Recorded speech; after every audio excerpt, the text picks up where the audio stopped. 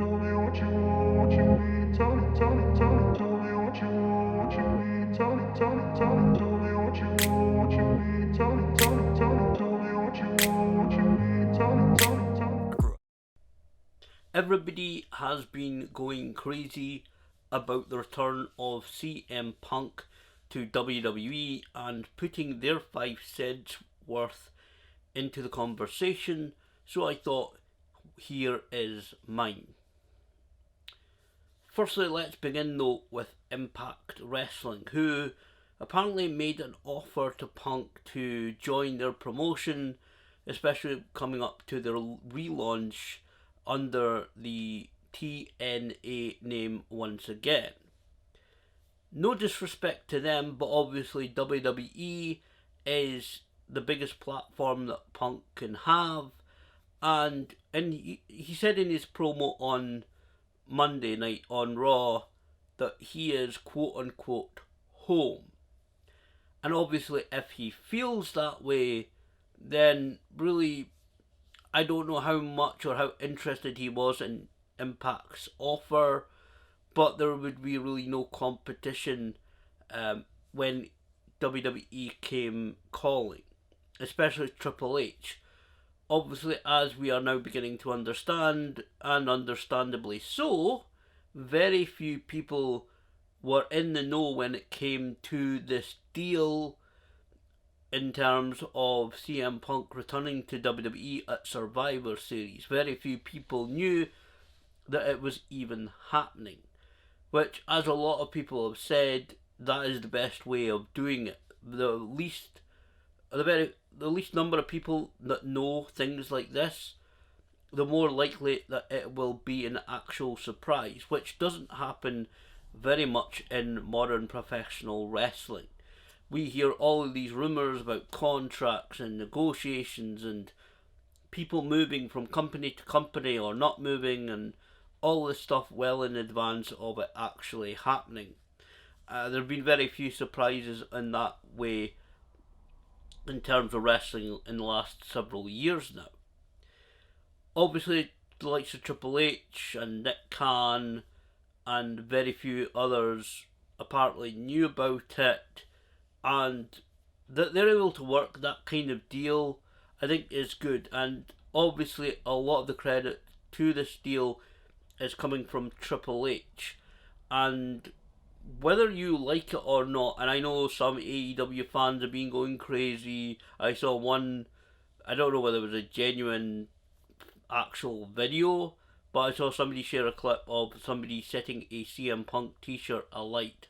Whether that was just to try and go viral, or that's just to whether it was a genuine expression of their thoughts, I don't know, but certainly Triple H obviously realizes that CM Punk, no matter how it ended with AEW, and I'm not going to get into that, was what it was. That was what it was. But certainly Triple H understands that CM Punk is a big name, and like again a lot of other people are saying, also including Bully Ray on Busted Open, and I kind of have to agree with this. This may be CM Punk's last run. He is 45 years old, which is not very old at all, but in terms of wrestling, he's been wrestling for 20 odd years at this point. He may be looking to make one big final run, and Triple H understands that CM Punk is a major superstar. Yeah, he maybe would have been a good attraction for TNA, but as I said, especially if he does call WWE home, then really this is the only place I think that we would have seen CM Punk. And once he left AEW, and I'm not saying that I called that he would return, because I knew either it's going to happen or it wouldn't happen. That's the only two choices that were going to take place. And I did think it might have been a little bit longer than Survivor Series to happen because of legal stuff. But Triple H understands that CM Punk is a huge draw in professional wrestling. He's a major name. Regardless of your thoughts on him personally, or what you think of Phil Brooks or whatever, CM Punk is absolutely a major attraction, a major name in pro wrestling, and so Triple H understands to try and bring in big names, international attractions as we've seen lately, and obviously there's been a raft of people coming in like Jade Cargill, then we've seen The Rock return, Randy Orton's back. There's been different graphics being shared around of the number of people that have returned or come into WWE over the last year or so. And obviously Triple H, I don't know what he thinks personally of CM Punk, but certainly he's got his business head on when it comes to WWE. He is really the guy in charge now again, thankfully. Hopefully we've seen the last about Vince. And I give Vince McMahon all the credit in the world for what he's done for the company in professional wrestling, sports entertainment on the whole for the last 40, 50 odd years. He's done a huge lot. But hopefully, especially with TKO having that remark about Vince's kind of a potential negative risk to the business. Hopefully, they're kind of all again moving on from Vince, even after his kind of storming chairman comeback thing he did a few months ago. So Triple H is hopefully thinking business wise, and obviously signing somebody like CM Punk financially is potentially good for the company. Obviously, he is going to cost a lot of money in terms of, and I don't know whether we've got any real confirmation that any contract has been officially signed. I don't think either side from CM Punk or Triple H has legitimately said that CM Punk is now definitely, there's been an official contract signed. There's all sorts of speculation about that maybe they're still negotiating the contract. Whatever it is, whatever's happened, whether it's signed yet or whether it's going to be signed within the next few weeks, it's going to be certainly cost WWE a fair bit of money. But obviously, in the business side of things, and again, I think Bully Ray and Mark Henry said this on Busted Open with Dave Lagana as well. There is potential for, it may cost WWE a couple of millions, but there's a certain potential for WWE's revenue to be tens of millions in terms of CM Punk. I'm not going to sit in here and say that he is going to be on every show. He's not going to be on a lot of house shows. I don't think he'll be every week on TV, not right now. He might be at the Royal Rumble. What the first matches and the feuds are with Punk is going to be. That is going to be interesting to keep an eye out for. Who he's going to target. A lot of the thoughts are about Seth Rollins, and I will get to him in a moment. But certainly there is going to be tickets sold on the back of CM Punk returning to WWE and being on the shows. Obviously, he will be advertised for the shows that he will be on. I know some fans might buy tickets for some house shows and maybe try and expect or hope that CM Punk will be on them, and he won't be. But that's fine. You should really look at who's advertised. I know cards are subject to change. That's always the deal with professional wrestling. But he hopefully will make the odd appearance at house shows, depending on what his schedule is, because I don't think he's going to do a full-time schedule. I know that apparently Adam Copeland has gone to AEW and said he'll be there pretty much every week. And he will be, as many shows as he's maybe wanting to do, basically. I don't see CM Punk going down the same route, and I think maybe at this point it's best not for him not to be not overexposed, because I don't think really with his talent, I think he's a good wrestler. He's certainly a controversial kind of figure. I don't see him. And I don't think he needs to work every single show or be on TV every single week. They should bleed him in a little bit at a time. Especially, I know it's going to start coming up to WrestleMania season soon, so maybe it'll be a little bit CM Punk heavy in the next few months. But especially once he gets going, I don't think he should be on every show, every match, every week. I think again, depending on what the contracts are with him, of how much he works, um, they should have him not occasionally, but not a full time performer. And I don't think he'll be a full time performer with WWE. Also, one thing before I get onto personal things like Seth Rollins, merchandise as well. Before I end up skipping over it, I noticed that Pro Wrestling Tees still are selling CM Punk merchandise at the time of recording, which is on the 30th of November. So I'll upload this probably in a couple of days when I get the opportunity. But WWE will be looking to make money on Punk merch as well. I don't know what the details are with Pro Wrestling Tees, about their contracts, about how long they could maybe sell Punk gear for, what the situation there is. Sometimes you will see, especially with like some Mick Foley. I don't know whether he has anything. I know they're doing the as I record this, they're doing the Socko sale. But there was something a few months ago where he signed another legend contract with WWE, and there's limitations on where merchandise of his could be sold, and I think he end up having to kind of go and have WWE sell merch, a lot of them t-shirt stuff and merchandise, instead of anywhere else. It was kind of a little bit of an exclusive almost thing.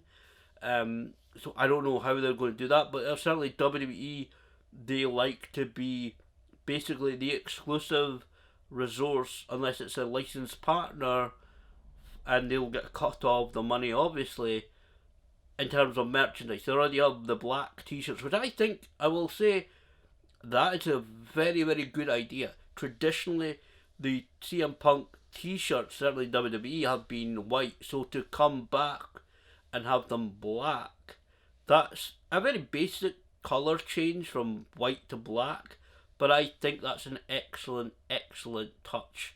I'm not going to be ordering one myself immediately because of financial situation, but I'm maybe looking out in the near future, and after the start of the year, to maybe get myself one once I get sorted out properly.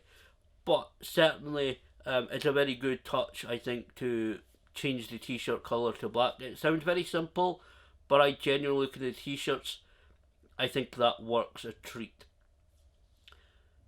Talking of personalities, now obviously one of the major reports coming out of Survivor Series was that some people were not happy with CM Punk coming back. Now, just like any workplace, you're not going to get everybody getting along like their family, and even some families don't get along, but they're not, there is no workplace really that has everybody in harmonious symphony kind of thing. There's very few workplaces that are like that, if any, and not everybody's going to get along with everybody else. There's a lot of egos involved in professional wrestling, clash of personalities, pun kind of not really intended, but there's that clash of personalities where people just don't get along. There could be, just for instance, one of the people reportedly upset is being Drew McIntyre. Maybe his personality he just doesn't get along with CM Punk personally. Maybe they clash a little bit. They're not great friends. They're more just colleagues. Just using Drew as an example, I'm not saying that there is particular anything I've heard going along, but there may be people who just do not just clash personally. They don't get along for whatever reason. They're just different people. I understand that might happen. I don't know whether Seth Rollins is genuine on that, whether he was kind of in character. Because he said different stuff. There was an interview that came up a few months ago where he was basically saying something along the lines of he's no hard feelings towards Punk and he's willing to work with people to make money. And so I'm pretty sure, even though Punk said on Raw that a lot of people welcomed him back with open arms at Survivor Series in the locker room, or whether he was talking about that night on Raw. I don't know how much he interacted with people at Survivor Series. Obviously, he came in right at the end of the event, and I don't know how long he was there before Raw actually started. But certainly, not everybody, I think, will be happy to see Punk back, and that could be, again, whether they just clash, the personality clash, they don't get along with each other, whether it is an ego thing. A lot of wrestlers obviously want to be the person. Trying to avoid saying the guy, because it's not the guy; it's the person. You know, the women want to be the women's champion, the women's champion of the company, or seen as that. I know there's a couple of titles, but they want to be seen as the person within WWE, the person that sells the tickets, that sells the merchandise, that main events every show that they're on, or is somewhat involved with the main event, is on television every week. Is basically one of the most known, again, just one of the faces of the company overall. That is one of the things that so many of them in the locker room, and rightfully so. I have kind of different feelings sometimes on how that should be the case and how locker rooms maybe should work. But in WWE, a lot of them want to be the superstar of that generation, and again, the face of WWE. So there's a lot of them that will see this as CM Punk coming in and more competition, because again, Punk is a major name. He's somebody that will get a lot of attention from wrestling fans, whether you watch WWE, AEW, whatever it is. And I know that there was a clip I saw that was supposedly from a live thing that CM Punk did. I don't know whether it was or not, where Punk said something along the lines of he didn't really believe in this tribalism of different companies and so forth. It should just be the product of wrestling. And it depends on obviously what the company has done and what how the company is, and if there's different companies involved, depending on what the attitudes and behaviours of one is compared to the other, and your own personal experience as well. That can be often the case, but certainly many of them will see Punk as competition because he's a major name. There may be opportunities granted to him very quickly, depending on who he's feuding with, depending on what the booking is going forward for Punk. They may see him, depending on, obviously we've got Roman Reigns as the champion. There's potential for a Punk Roman Reigns at WrestleMania, or certainly Punk, I would assume, at WrestleMania would be in a high profile match. So it's another spot that's taken by somebody else right there. And so there is the competition in WWE to try and be in those positions, to be in the main event of WrestleMania, or to be in the main event of the premium live events as they're now called. And so there is certainly that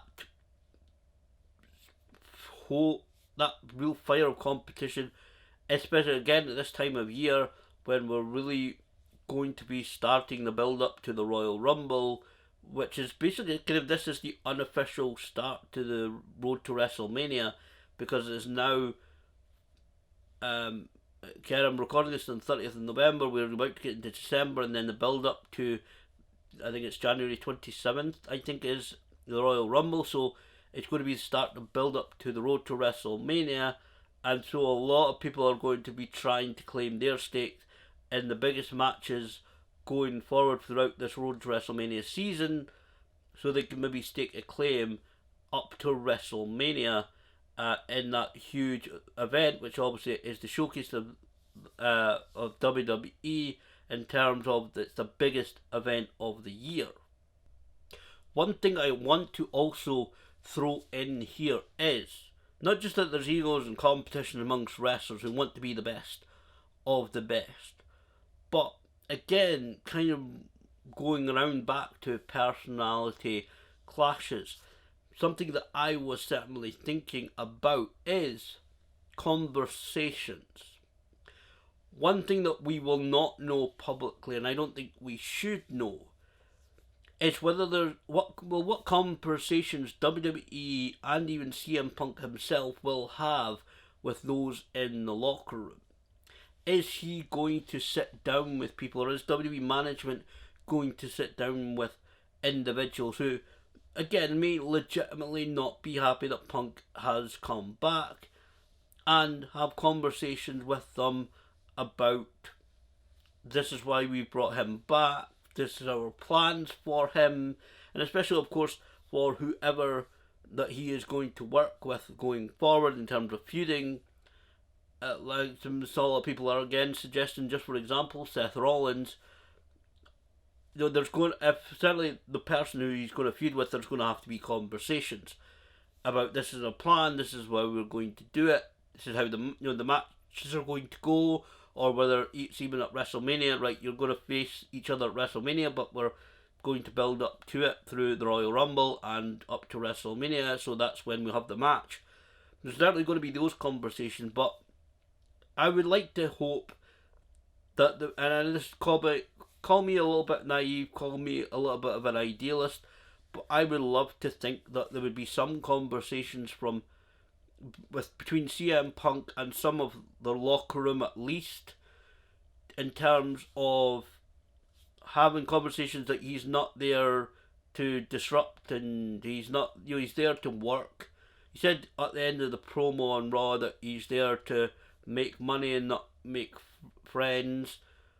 But, what he says on camera, and what he said basically even in the ringside area, that could be his character, but what he says behind the curtain could be something completely different. And I hope, again, if he does have conversations with those who may be upset that he's back, even if they just make a little bit of peace of live and let live, and we're not going to be the best of pals, but we're going to get along, we're going to work with each other where needed, be in the ring together, and etc. Because obviously trust is an important thing in professional wrestling. You want to know that, if you get in the ring with somebody, especially if they're been away for many years, and there's a lot of people that CM Punk's not stepped in the ring with that's in WWE right now, they want to know that, which might be easier for him in some regards, but those who were still there or were there and have come back as well, and are there now, everybody wants to know that they'll be able to go in the ring and trust him, that he's not going to accidentally, quote unquote, let them slip or hit them with that GTS and break their nose, or be rough with them and with the boot in the face in the corner, and he's not going to do it deliberately to hurt them, as one of the basics of professional wrestler etiquette. And even I know that. So hopefully those conversations do happen, at least to a degree of, okay, we'll work together. And in terms of that, obviously, some wrestlers will, not just with the ego of wanting to be competition, some of them will see it as the truth of, well, we've been here, as the numbers have suggested with WWE's business, we've been here and we've been holding down the ship, and we've been making WWE even more successful than it's ever been in terms of tickets sold, ratings have been up. I don't know about merchandise sales, but certainly international interest in events have been going very strongly over the past couple of years since the pandemic. And so some people will see it as he was in AEW, which was the competition, and so he's kind of been like the WC, like, it does remind me of the old WCW stuff when WCW went under, and some of the WCW guys, or even some of the WCW guys when they went to WWE, some of the locker room would be suspicious of them because they came from a rival company, and it was really, really a heated rivalry with WCW. So some in the locker room may also see him as a bit of a rival in terms of hurting WWE.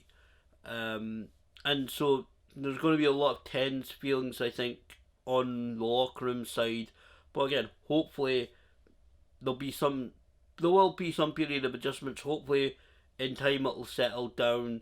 Conversations that need to happen hopefully will happen, and CM Punk can eventually at least settle down in the locker room as much as he won. And I don't think, I certainly hope, one thing just popped into my mind, I certainly hope that CM Punk would make the effort in the locker room to kind of, say hi to people and be a part of the locker room and not just go in when he's doing these. Like I said, he's not going to do a full schedule.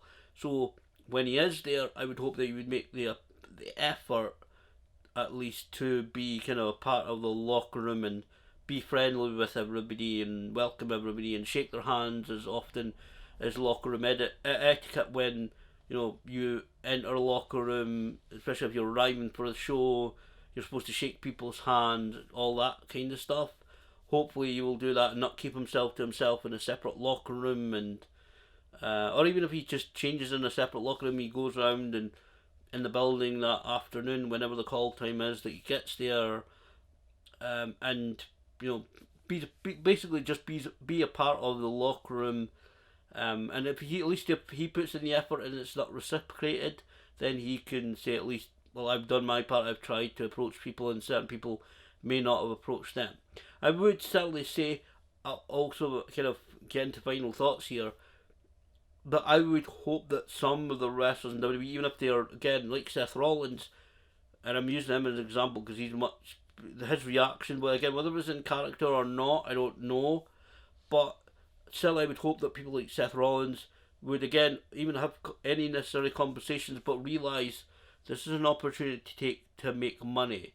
This is an opportunity to have really good matches with Punk, and to not that somebody like Seth Rollins needs to prove anything, but to have good matches, to make money, to show what they can do. I think it would be an excellent opportunity for guys like Rollins to work with Punk and others and put on a heck of a show, put on a heck of a match. And I'm certainly hoping that would be the case, to put some personal feelings aside, that is the wrestling business, and then put on some good shows. Will this really last, I think, is one of the big questions. I think there's potential to last. Like I said, Punk is 45 years old. This is very much probably going to be his last run. I think it was, again, Busted Open. I think was said on Busted Open. I can't remember who said it, but I just watched a few clips of them talking about CM Punk's return. They said maybe it'll last a year or so. Maybe it'll last a couple of years. I do think this will be his last run. Again, 45 years old. His body is probably a little bit beat up. Hopefully he can avoid any injuries and make it a good run.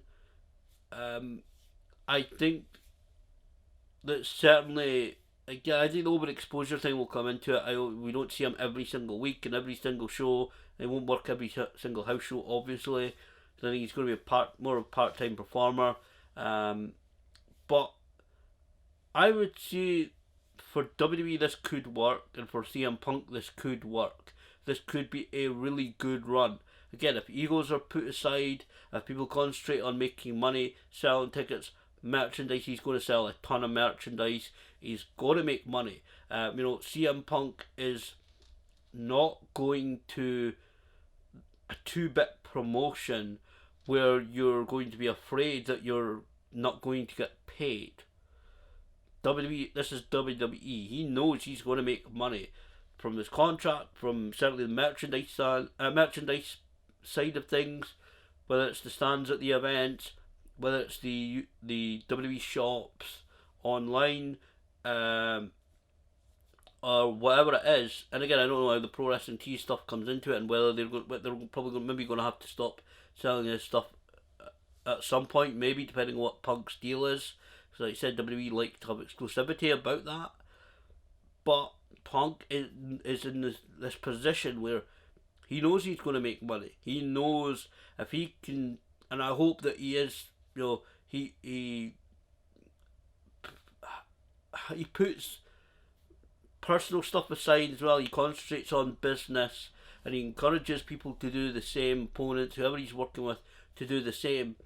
This could be a really good run for Punk, both financially, creatively and in terms of the matches that he does. I think this could be a really good deal all around for Punk, for WWE, and whoever he works with. This could really be a very, 2024 could be a very good year for WWE. They're certainly going to get a lot of interest, as they normally do, for this Road to WrestleMania season in the run up to the Rumble beginning in a couple of weeks. I think that's really when it really kicks off, when we get a month away or so from the Royal Rumble. I know there's Christmas and everything in amongst that, but really once we get started to build up to the Rumble, we'll be obviously all be looking to see where Punk comes into in ring. Do they have him for the Rumble, or do they keep him for WrestleMania, or somewhere in between? I really genuinely don't know what I would prefer. I would kind of like to see him before WrestleMania, even just kind of a warm up match. I don't know how much in ring training and stuff that he's doing right now, and how much workout stuff he's been doing. So it's very difficult. I'm kind of torn between, we want to wait to see his first match at WrestleMania, or maybe some time before that. I'm a little bit torn on where I want to see it, but we will see it soon. We'll certainly see it in the next few months. Again, you might even have to wait till WrestleMania. That might be the intrigue, the draw for WWE and Punk to, okay, I'm going to wait.